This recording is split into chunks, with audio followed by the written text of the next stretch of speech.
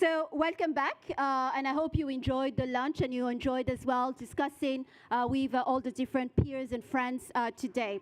So time to look at a very exciting conversation around digital technology, around artificial intelligence. You know, like when we talk about them, we think about these technologies really fostering economic inclusivity, safe, sustainable, and ethical use, and also robust digital transformation and infrastructure.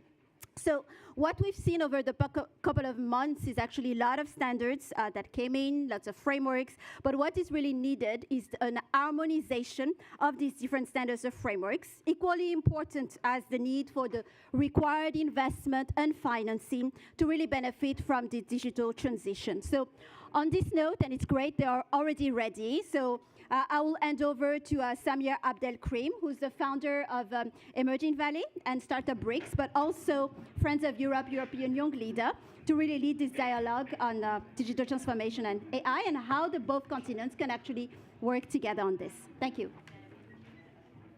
Thank you very much. Thank you, dear Holly.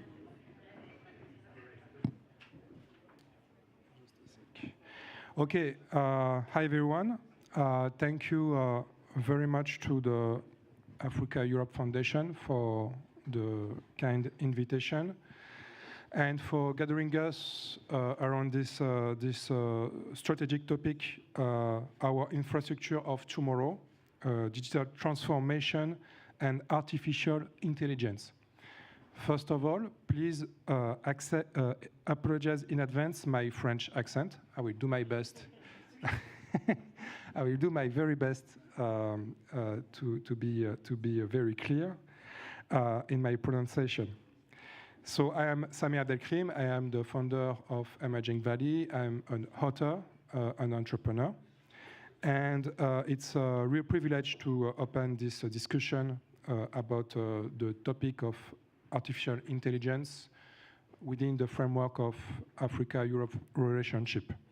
So our panel will touch on the pulse of a rapidly changing world where technology and innovation are not only tools but essential levers intertwined within our development goals. The Africa-Europe Foundation Future Africa-Europe report, I'm sure that everyone in the room has read the report, right? The Africa sets the stage for our conversation. And in this report, it underscores that we are at a critical juncture with emerging digital technologies like AI offering unprecedented opportunities to drive sustainable development, enhance global competitiveness, and shape the resilience of our societies. However, for these advancements to benefit all, strategic cooperation is essential, especially between our two continents, Europe and Africa. So we have the chance to have this discussion with two brilliant experts, practitioners of AI, as experts, as academicians, and as entrepreneurs. And I will present both of them. I will start with Dr. Seydina Moussa-Ndiaye, and I will ask you, kindly ask you to give a round of applause to our speakers. So, Dr. Ndiaye, you are a lecturer at Sheikh Hamidou Kane Digital University in Senegal, and you work closely also with the Ministry of Higher Education, Research and Innovation in driving the digital transformation of Senegal higher education system. Of course, you will develop more about your background. What is important to have you around the table today is that you are a member of the UN High-Level Advisory Board on AI. And I will ask you a couple of questions about your work in this committee. Thank you for being here. And we have also Kate, who is Central African, raised in Paris and living in Nairobi. It's right. Okay. Correct. So a true Europe-African panelist. You are an entrepreneur, a technologist, and you have received a lot of recognition, international recognition about your work on impact, especially on AI. You have been named a Time 100 most influential people in AI last year in 2023, and One Young World Entrepreneur of the Year 2024. Congratulations. We can give a... And you are the founder and CEO of an African startup named Amini. And you will give us a little explanation about the problem you're solving. Thank you for being here. And I will start our discussion right now with you, Seydina, Dr. Seydina Moussa Ndiaye, sorry. So you are a member of the United Nations High-Level Advisory Board on AI. You can, I'm sure that people will be very interested in knowing more about the strategic goals of this advisory board. And you have recently released a report named the Governing AI for Humanity. From your perspective, how can we foster greater global and Africa-Europe cooperation to harness the full potential of AI while limiting security risks? Thank you, Samir. Hi, everyone. Thank you for inviting me to share a little bit about our work in the UN High-Level Advisory Body on AI. First of all, the UN High-Level Advisory Body on AI has been set up by the SG of UN on October 2023. And the main objective was to have proposition about the global governance of AI. The body is composed of 39 people from all around the world, and with gender balance, we were 20 women and 19 men, multi-stakeholder, multidisciplinary, people from private sector, from public sector, from academia, and so on. And we launched our first report on December 2023, and after that we had some engagement with the communities all around the world. We did more than 50 consultation in conferences and so on. We did more than 16 deep dive, sectorial deep dive with experts. It was online. We did it to have some feedback about the first report. And after that, we worked with the GDC to make some recommendation on the GDC, and we did 3 in-person meetings in New York, Geneva, and Singapore. And in Geneva, we met all the UN organizations there to see their work about AI and to gather some inputs to put in our final report. And after that, we launched the final report on September 19.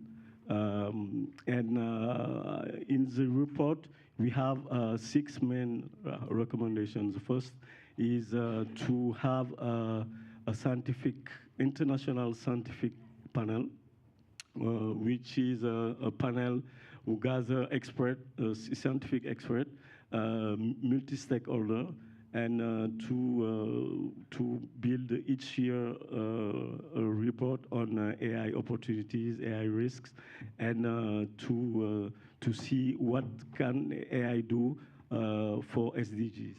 The second is to have a policy dialogue, which is more a government dialogue to help have a common understanding of AI governance, and to take also the report of the international panel, a scientific panel, to see what to do with the recommendation from the scientific community. The third one is it's to have a standard exchange. It's more to have a repository of all standards in AI, and to see the gaps, and to help to see how to build new standards. And the fourth one is to have a capacity development network to help countries to bridge the gap in compute, in talent, and in data. And the fifth one is the AI fund to help support projects on AI all around the world, but especially to help bridge the gap for talent and infrastructure. And the last one is to have a data framework to see how to have some standards in data sharing, and to have this kind of thing. And I think that both in the international scientific panel and the policy dialogue, the collaboration with Europe and Africa could be an interesting, because in the scientific panel we will talk about more the opportunity and the risk, and how to use AI to attain the objective of SDG, and it is the way to have common projects between Europe and Africa. And in the policy dialogue, it's more for government, and I think that there is a great challenge, because in Africa we see a gap between population and government when we talk about AI. The population is more aware on what can be done by the population on AI than the government. It's a huge gap, actually, and I think that it could be a great thing to do. Yeah. Thank you very much for this perspective. I have a second question regarding all you just said. What are the quick wins, according to you, to strengthen AI governance, implement frameworks, and ultimately turbocharge the SDGs? I think that the quick win is first of all, to raise awareness for government people. Because if we don't have that, nothing can be done in Africa. Because for AI, we need the government to be involved, because we need infrastructure, and we need a lot of data. So for the talent part, it's easy. I think that African people, the youth are online and can have all the competencies to do AI well. But if we don't have this common understanding of what we can do as African between the governments and scientific or private sector or so on, we will not have AI has a reality in Africa. It will be very, very difficult. And I think that the other thing is to build an infrastructure because we need it. Some countries have compute, but it's not enough, and has infrastructure for data, but we need more, and we need to share compute capacity within Africa and with Africa and the rest of the world. Thank you very much. Thank you very much for your answer. I will come back to you a little bit later, but I would like to ask you, Kate, as an entrepreneur, the CEO of Amini. You have a lot of experience in AI innovation with the global tech startups, and you know quite well the potential and also the challenges of AI for good.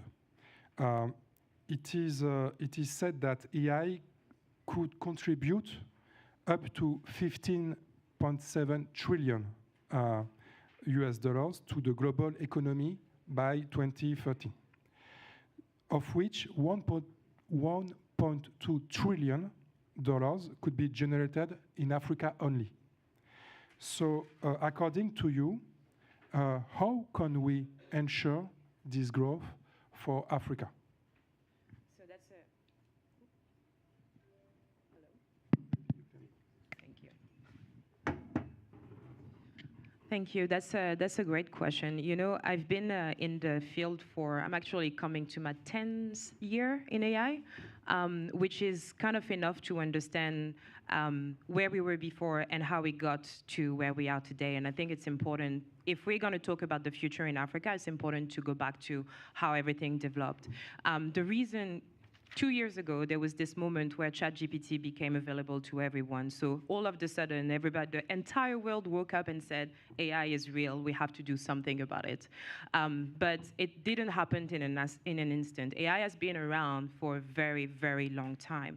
And how we got here is because of three things. First, compute has been developed. So you had now NVIDIA GPUs, for example, that have been used to be able to process a lot of the complex AI workloads. So we've made advancements in compute. The second thing has been around research in models and algorithms and the talent. So a lot of the algorithms, a lot of the research has been driven by talent that has been trained in the most renowned universities in the world. And the third one is around the data boom. So we had a Cambrian explosion of data. All of a sudden, all of us were on our phones, and all that data that was generated by our computers, our phones, actually went into training algorithms and deploying solutions that were making our lives more and more efficient. Actually, your phone today is the device that processes the most AI, but it's completely invisible. You're using your phone on an hourly basis. You're using your laptop on an hourly basis. But what is in there is actually the full power already of AI, but it was completely invisible to us or to the common population, so we didn't actually realize until that generative AI boom came into the picture that we were already at that moment. If you think about Africa today, and if you think about our opportunities and our challenges, I'm actually more of an optimistic, so I'm going to focus on the opportunities that I see. Compute is already here, so we can buy compute. You mentioned there's some countries that already have compute. Even us in our company, we have our small supercomputers, so we're actually training our own AI within the company. The second thing is around the talent and the research. Models are commoditized. We have a lot of brilliant developers, machine learning and AI developers on the continent. We have to empower them. They're already there. The youth is already very, very savvy in AI. I mean, most of my engineers are 25 years old in Kenya. So they already know how to use these technologies and how to build on it. The one that is really tricky today is actually data. because Africa is the most data scarce continent. And that data scarcity spans from multiple types of data, be it environmental data that is key for anything related to climate change, being to data around economy, around the policies, like everything is either sitting in a minister's office in a paper format or is very hard to access by the common population. If you can't access the data, you can't actually build AI systems that look like us. So we have to understand how we actually bring those three things together. And I like what the UN body's recommendations, because we have to now deconstruct how we've been thinking about building infrastructure. Before, building critical infrastructure meant building a road, building an hospital. Today, it actually means building the compute, putting in place the right guardrails around that compute and around the technology, but also supporting, fostering, and developing the ecosystem. And this can't happen if you don't actually look at how or who within your own region or your own country is actually driving the innovation. If you look at the US, AI innovation is driven by big tech. We've known that for a very long time. If you look at Europe, AI innovation is actually driven, is a policy-driven innovation. GDPR, the EU AI Act. If you look at China, it's actually driven by the government, who is investing into startups to develop and foster the local ecosystem in China. In Africa, it's slightly different. It's actually a grassroots and a bottom-up innovation that is driven by developers, entrepreneurs. It's coming from the ground. So we need our government officials to actually understand and do the groundwork and identify those ecosystem actors that have been doing this for a very long time, have a very deep understanding of the technology, and enable them to actually support them in their capacity building journey and really their educational journey around the technology. Thank you very much. If I could dig a little bit more about what you just mentioned. In the African context, what is needed to empower the youth, the entrepreneur, the tech ecosystem, the entrepreneurs, the private sector, so the SMEs, corporates, and institutions, maybe the university, to actively participate in this nascent AI economy? So it has to be an ecosystem approach. It's not going to come from one side of the coin. It's not going to come from just one specific segment within this entire ecosystem. Private sector can't do it alone. The youth certainly can't do it alone. Government can't do it alone. It has to be the systemic approach within a country or within a region that will actually help foster that. The reason why, again, is because if you look at the face of AI in Africa today, it's young people. They are the ones who are driving that innovation, but they're not the ones that usually governments look to actually ask for recommendation. So that has to flip. And if we manage to flip it, and we manage to also bring the necessary compute capacity, solve for that data scarcity, enable the use, this is where really we will be able to unlock those $1.2 trillion. It won't happen without that ecosystem approach. And I think even when you look at some of the solutions, I think you mentioned like turbocharging the SDGs, like we tend to forget that AI is actually just a tool. It's a mean to an end. Just like technology has impacted every single segment in our lives, AI is actually coming on top of that to accelerate a lot of the technology that has already been built and provides us an opportunity to actually leapfrog to a world that is first, very digital, and secondly, much more efficient. So how do we embrace that? It's by building this ecosystem in our countries. And if you think about, I want to also add around policy. I think the EU was published the first AI Act. And when you think about all governments trying to do the same thing, we have to make sure that we are not copy-pasting policy from one region to the other, right?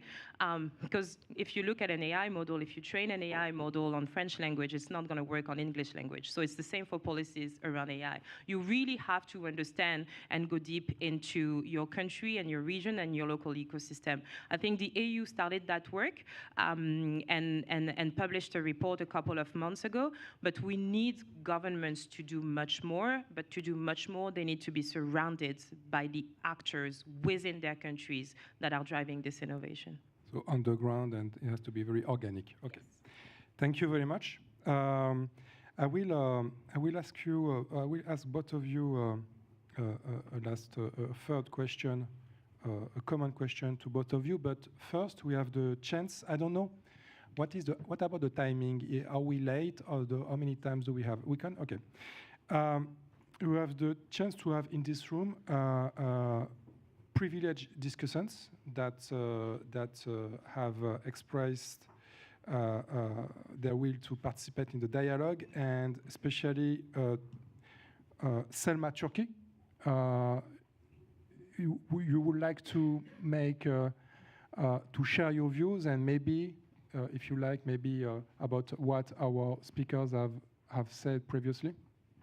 Yes, hi, thank you. You can stand up and present yourself. Yes. Hi, my name is Selma Turki. I'm actually an expert in digital transformation and AI. So I've been doing this for the past 4 years, mainly in GCC, so UAE, Saudi, but I cover this region quite well, and I'm very familiar with it. So I'm very happy to be here. Actually, I've been listening to you, and I think, yeah, you complement each other, by the way, in what you're saying. So basically, the focus on government, yes, and localization versus globalization. And, true, the government can be really a catalyst. This is what is happening in GCC, basically. This is what is happening in Saudi. This is what is happening in UAE. UAE has been leapfrogging for the past 5-6 years, and look where they are. I mean, they're really fostering, and they're really ahead in the region, and I think even across the globe, they're really ahead of everybody. Why? Because they really enabled, from a digital transformation point of view, they are so far ahead, basically, that they enabled and fostered really the booming and the blooming of startups. Everybody wants to go there, basically, and have their own company. Why? Because there are so many capabilities. Saudi is catching up, obviously, but the government is there. The government is really the catalyst. You cannot do it without them. It's really important, and I've been working with a lot of government institutions across the industries and sectors, and I can tell you there's a lot of momentum, basically. And then, yes, the data, obviously. There's a problem with the data.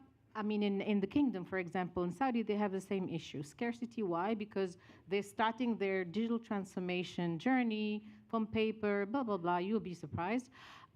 So data availability is important, absolutely right, and on the spot. But then, as you mentioned, talent is there. And these guys and the girls, they are really fostering, and they are leapfrogging. They are hungry, basically, for more.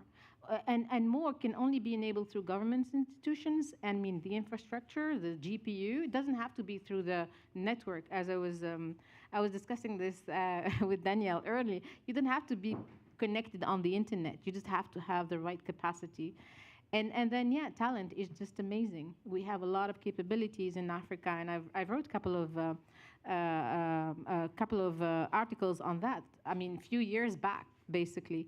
They're hungry for knowledge, for more, and they don't necessarily want to leave the country, by the way. No, I mean, they don't. The idea is, once they're happy where they are, if they are availed with the right means and support from the government, they will just stay and thrive and make their country thrive even more, which is happening, by the way, in GCC and UAE. These guys, they don't want to leave their countries, not because they have money, but because they're happy, and the government is really helping them and supporting them with the right laws and mechanisms. And yes, having the EU Act and all, that's all EU. It's not African. And even in Africa, you have the North, the South. You need to really reconcile 100 plus countries, 140. How many countries? 54, sorry, 140, okay. 54 countries, basically, which is almost double the EU, right?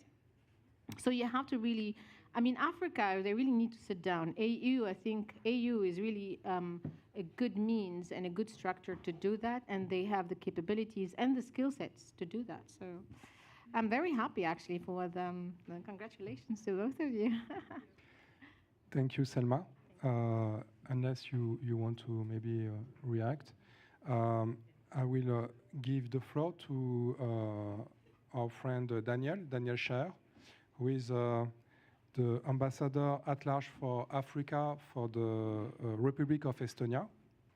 and is a very good friend of expert of African tech ecosystem. So, Daniel. Thank you very much, Samir, and sorry for my back to the crowd on this side, but thank you for inviting me. We've had a very good discussion already, I think, and I think it's a really important topic. And I mean, it's really very clearly here already in the title. It's a digital transformation and the artificial intelligence together, because we know that in Africa there's a very large part of the population that doesn't even have an identity, is not registered, doesn't have a digital identity, is not banked. So that's part of the challenge with the data collection. And of course, in Estonia, we have an interoperability system, which allows us to share our information freely. So we don't have a big one lake or one spot that we try to collect information. It comes immediately on the time. And I think that's really the direction that Africa is also looking at, is looking at how to make sure that you're not making it heavy or systems. You're not trying to keep all the information into one space, but making the information move. And I think the key here is the cross-border.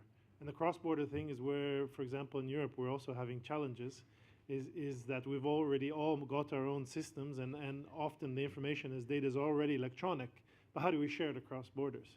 And I think, again, this is where Africa can show us here in Europe how it's done. And of course, I mean, the AI Act in the EU is really a question of risk analysis and to avoid risks in AI. In Estonia, we had our AI strategy already in 2018. So I mean, we were already looking at this idea, but it's also how to make. We have to avoid that we don't close the opportunities for innovation in AI by making it too strict. So all the legislation has to go in parallel and also continuously update itself to give these opportunities to use a source like this.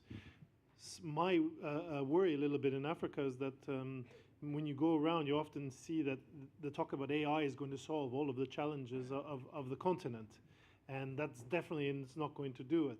So I think that I think we need to also focus on, as we were speaking to Selma before, there's a lot of cable being pulled.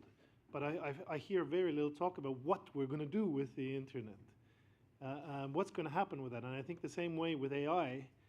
Yes, the companies, the big ones, who have access to it, are going to be using it like the rest of the world is. But how do we also help, the normal Estonian, the normal average African? How would they benefit from the AI? And that's also a question for you and the panelists. What are your thoughts? How will the average African benefit from AI in the near future? Thank you. Okay, if you would like to answer, and after I will give the floor to Dolapo, and then we will have time for 2 more questions. But if you want to. I think you mentioned something that's very important. As much as we're talking about AI today, you still have 2.6 billion people that are unconnected in the world. So if they're unconnected, that means there's no data on them, right? So I think when we go back to talking about how AI is going to solve every problems that we have, which is actually not true, we always need to start with what is the problem we're trying to solve and how are we going to get there. We still have issues around energy, access to energy today. We still have issues around connectivity. So we're talking about compute and accelerated compute and high performance compute, but there's still steps for us to actually get to that compute and be able to power it.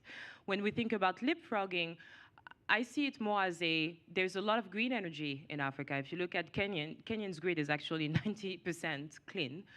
So how can we learn from this and actually turbocharge what we want the world to look like, or what we want Africa to look like over the next couple of years? When it comes to how it's actually going to impact our people, I do think it's up to us. Because if you think about AI today, it's already impacted most of the segment without even us realizing it. So for technology to really be useful, it has to be invisible. It has to make my life so easy that I don't even realize that there is a complex AI system that's powering it, which is already happening with your phone. The day we actually get to a point where AI is going to help everyone in the world is the day where AI will be truly invisible and everyone will have access to the information that they need in the format that they need in a timely manner. Because ultimately, it's the rail for data, and data is information. Yes, thanks. I would like to answer some of your question. First, I think that when we talk about the impact of AI for the population, she talks about the positive impact, but it could be a negative impact too. If you see AI, the future of AI, it's more a combination of other technologies with AI. You're talking about not the fourth industrial revolution, but the fifth industrial revolution, where when we have combination between AI and nanotechnology, AI and genetics, et cetera, et cetera. And I think that what we can do is to think about the impact in Africa if we don't have the regulatory framework to prevent testing in Africa before going elsewhere. So I think that it's a huge issue that we should think about. And when we talk about the gap existing for internet, for infrastructure, for energy, for everything else, I think that it is real, but it should not prevent us to go to AI, because we have the same for health, but we're creating hospitals and so on, but we don't have energy everywhere, but we are doing it. So AI, we have to do it. We have to do AI as it is right now, and with the constraints we have, and we are doing both. We are doing AI, but we are doing our best to bridge the gap on infrastructure and so on, and on energy and so on. Thank you very much. We have the chance to have in the room Dolapo Adeyemi. Who is Dolapo? And where? Okay. Nice to meet you. So you want to have the focus on the socio-economic impact of AI. You all hear me? Oh, there you go. Hi, everyone. My name is Dolapo Adeyemi, and I am the Senior Vice President for Debates for Mo Ibrahim Foundation, Now Generation Network. Thank you for the opportunity to contribute to this interesting discussion. So in the spirit of exploring Africa and Europe's collaborating in building sustainable digital infrastructures, there are three main things I would like to emphasize. And I think these three things are critical to this vision. I think they are skills development, responsible governance, and sustained project success. And some of these things, the panel has already touched upon, so I'm not going to flog them too much.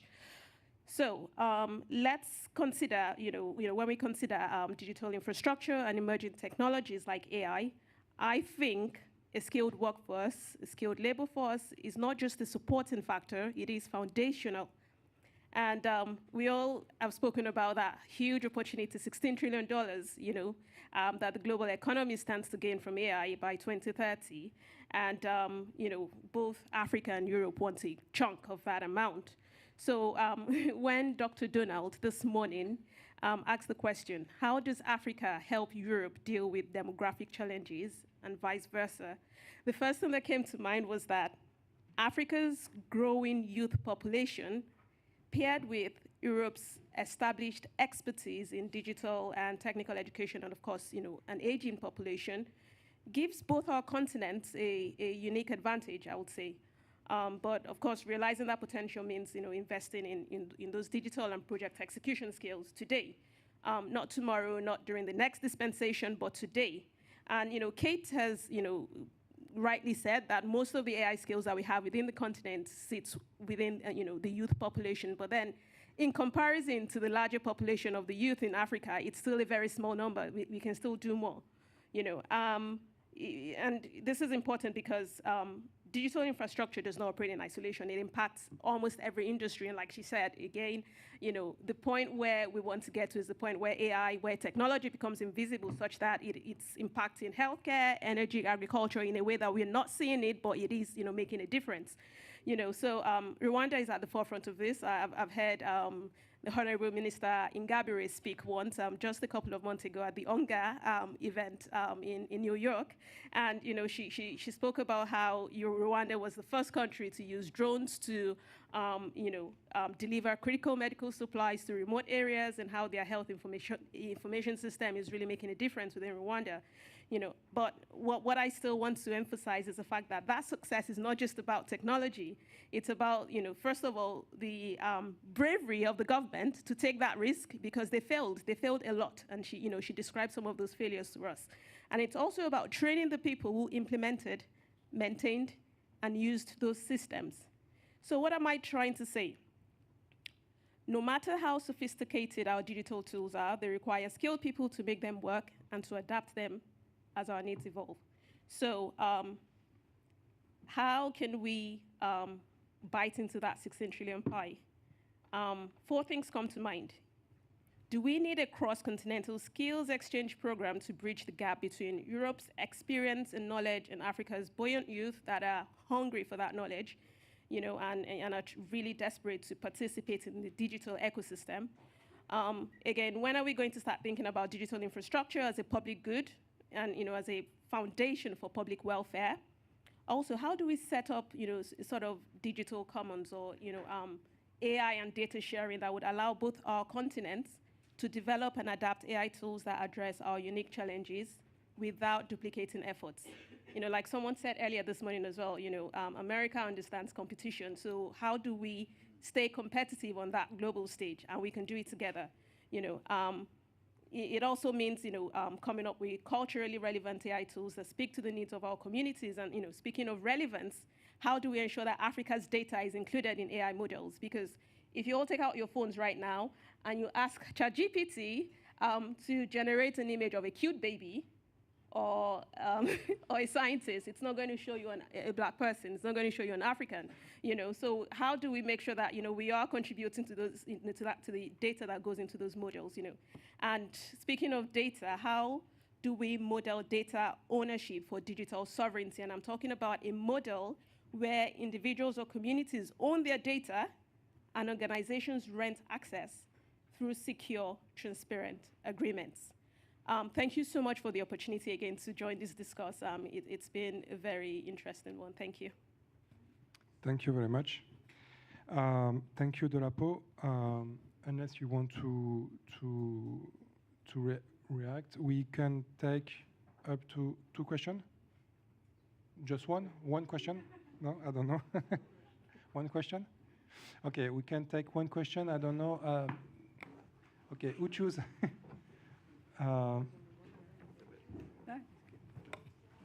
Thank you. Isabelle Durand, I'm former deputy of UNCTAD and working for the Human Rights Council. Last week in Geneva, we have had an interesting discussion on artificial intelligence generative related to cultural rights. And what you just said about the content of the generative artificial intelligence is, of course, never a content which is an African or a global south one.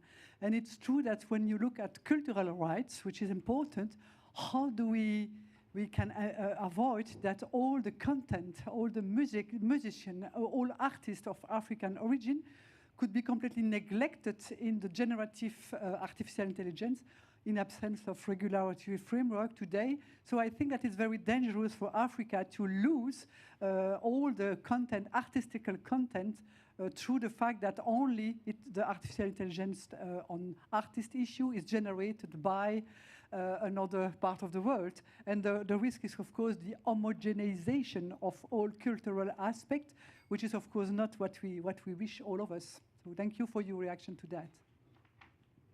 Thank you very much. Okay, just you and last one.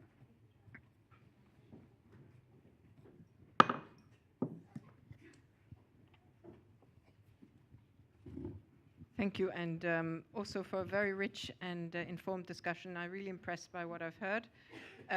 We in the UN, I represent the UN here in Brussels towards the EU. We are constantly monitoring this and have written numerous reports about the digital divide, which we see is growing, and it's growing exponentially.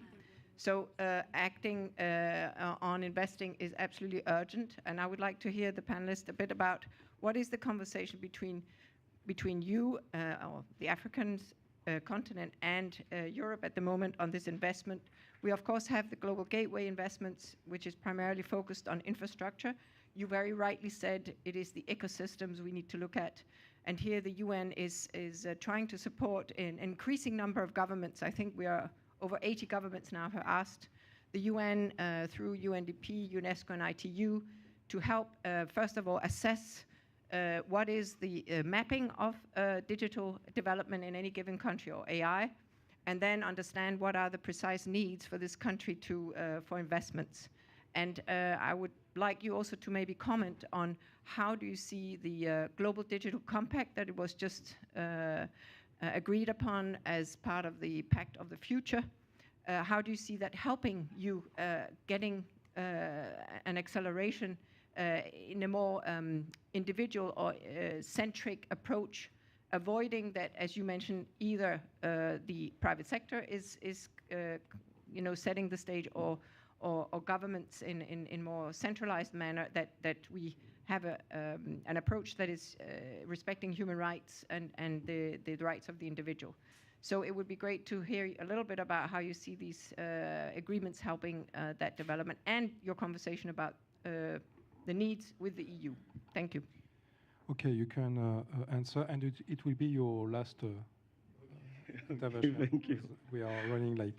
Thank you. Thank you. First, for Gen AI, effectively, we had a conversation, it was on September, around UNGA with Meta. I was part of a roundtable with Meta, and this topic came. And what is the answer of Meta? They are working right now for Llama platform to have the opportunity to have decentralized capacities, so they could build Gen AI with data given by African communities, but stored in African continent and owned by those African communities. So this could be a way to help African community be part of the global innovation, to bring their own data, but to have the ownership of the data too, because it's a little bit tricky. If you want your data to be in the Gen AI, so you have to give the data. So it's difficult to deal with. And for instrument, we are doing in my lab. We have a project on having the African instrument.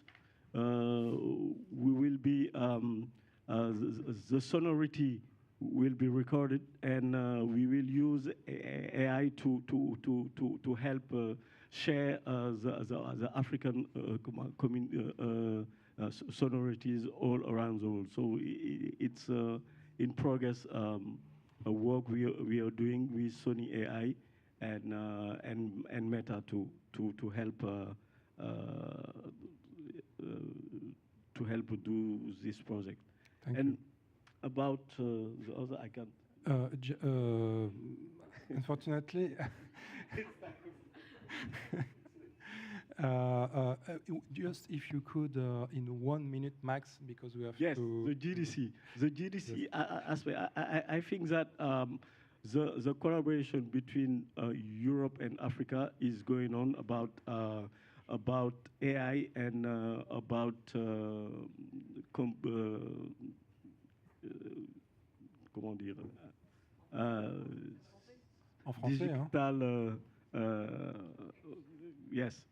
And I think that from now to December, there is, I don't know, 5 or 10 meetings around Europe and Africa about this topic. So it's going on. But I think that GDC, we missed something in Africa because there were not a lot of meeting around GDC in the process. So we have it. I think that most of African countries know about GDC at UNGA and not before. So it's more something we came up from the north to the south, but not a real thing built in collaboration. So it will be very difficult, but I think that it's an opportunity, yes, to Thank you. do so. You just in 1 minute, max, if you want, if you want. Just 1 minute. I think the one thing I wanted to touch on about the creativity and the culture, only 15% of our global culture today is digitized. So that's also explaining why this gap is happening. So it's actually a problem with the data. The data is not digitized. It doesn't exist on the internet. If I look on ChatGPT, what's the national dish of Central African Republic, it's gonna answer me poulet nyembwe, which is actually Gabon's. So, so we need to do more work to actually put all our cultural data in those platforms. But I do think you had a great point about open source. One of the traps we shouldn't fall into, because we consider data being a new natural resource, it's like oil and such. We need to make sure that we're not giving away our data and the value is not extracted outside of the continent and fed back to us via ChatGPT. So we need to be extremely careful on how we actually building those data sets, who we're giving those data sets to, how they're transformed, and how they're being redistributed to the population. Thank you very much. Thank you. Please give a very round of applause to our speakers. It was really interesting. Of course, the conversation will continue after with the networking, and I give the floor back to Holly for the next session. Thank you so much. Yeah, you can stay for a quick picture. And thank you very much for this conversation. I think it's been fascinating.